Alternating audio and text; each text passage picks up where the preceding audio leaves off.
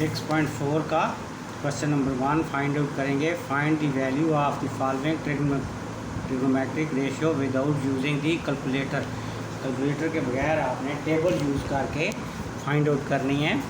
तो ये टेबल मैंने आपको इससे पहले जो वीडियो है उसमें ये टेबल बनाने का तरीका मैंने आपको बता दिया है। ये जो वैल्यूज़ हैं इनको अब इनको यूज़ करना है। तो फर्स्ट वैल्यू इज़ साइन 30। तो अब आप क्या करें, 30 पे चले जाएं और साइन की वैल्यू चेक करें। ये देखिए साइन 30 तो 1/2, तो इसकी वैल्यू आज आप लिख लेंगे 1/2। फिर सेकंड आपके पास है काज 30। तो अब काज के वैल्यू आप आ जाएं, ये देखें काज के ऊपर और यहाँ 30, ये काज 30 ये वैल्यू, ये 30 की वैल्यू है। और यहाँ काज वाले कॉलम में आ जाएं तो √3/2। ये कैलकुलेटर वगैरह टेबल से टेबल बनाने का तरीका इससे पहले वाली वीडियो में मौजूद है, वो आप देख सकते हैं टेबल कैसे बनाना है। बहुत आसान तरीके से मैंने यूज़ किया है। अब थर्ड जो इसका क्वेश्चन पार्ट है, थर्ड पार्ट है इसका, इसी का टेंजेंट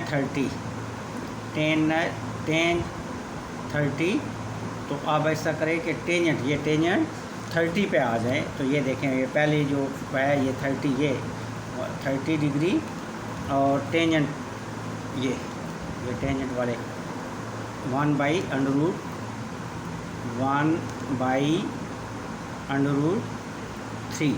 इसके बाद फोर्थ पार्ट आपके पास है टेंजेंट 60।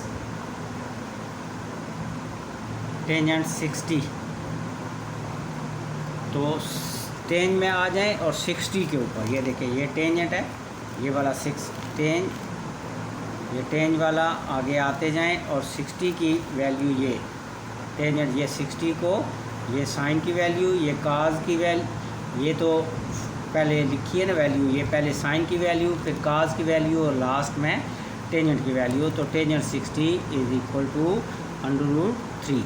ये आपके पास आ गई कितनी, 4 क्वेश्चन। अब इसी फोर्थ पार्ट, अब फिफ्थ पार्ट आप करने लगे हैं। फिफ्थ पार्ट आपके पास है सीकेंड 60 डिग्री। तो सीकेंड किसका रेसिप्रोकल होता है? सीकेंड 60 डिग्री होगा 1/cos 60। तो cos 60 को देख लें तो उसी को रेसिप्रोकल जो है वो सीकेंड होगा। अब काज में आ जाए, काज, ये काज की वैल्यू है, ये देखें ये काज की वैल्यू और 60 पे 1/2, ये 60 के 1/2, ये 60 के ऊपर आ जाएं काज, ये काज, ये 60 की और ये काज 1/2, ये काज 1/2। तो ये 1/1/2 ये रेसिप्रोकल होके ये मल्टीप्लाई होके, जब ये वैल्यू है काज की हमने वैल्यू लगाई 60 की 1/2, तो ये हो जाएगा 2/1, या इसे हम लिख लेंगे 2। तो ये सीकेंड इसका रेसिप्रोकल है किसका? काज का। काज होता है 1/2, तो ये हो जाएगा 2/1 और या इसे लिख लेंगे 2।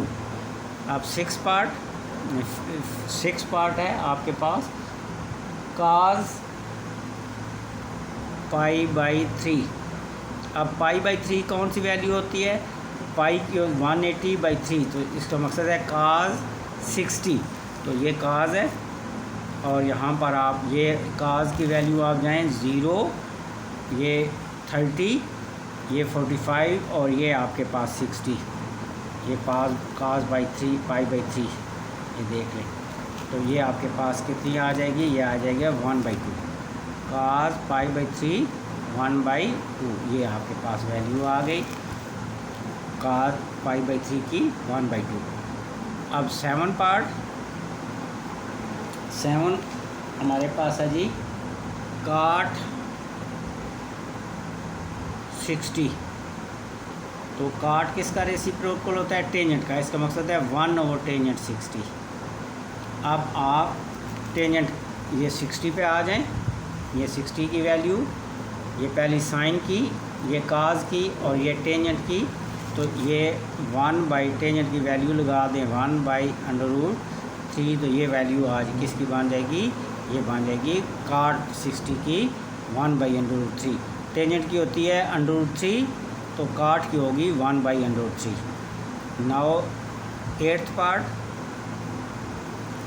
पार्ट है जी sin 60 डिग्री। तो ये देखें, ये 60 डिग्री, ये 60 और ये पहला वैल्यू साइन की, ये देख साइन की है पहली वैल्यू, तो √3/2। नाउ नाइन्थ पार्ट है आपके पास secant 30। तो secant 30 आप देखिए, secant किसका रेसिप्रोकल होता है, cos का, 1/cos 30। अब 30 के एंगल पे cos की वैल्यू देखें, दिस इज़ 30, पहला साइन का, दूसरा cos का, √3/2।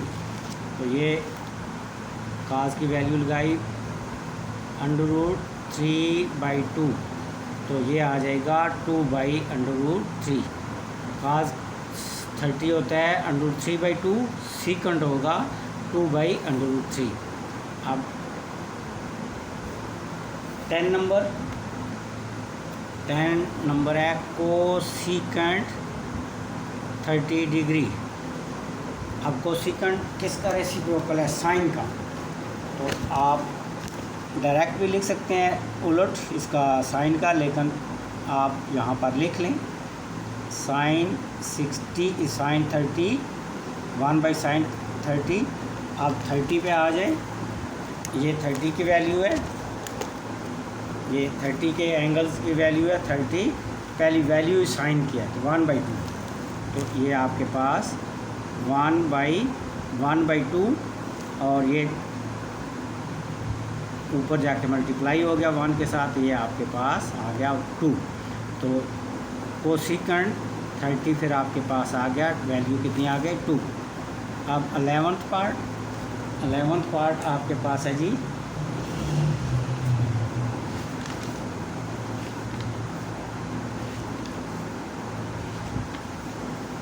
sin 45 sin 45 degree. तो 45 पे आ जाएं, साइन में दोनों की वैल्यू एक ही है, साइन की 1/√2, साइन की भी और cos की भी सेम वैल्यू। तो sin 45 = 1/√2।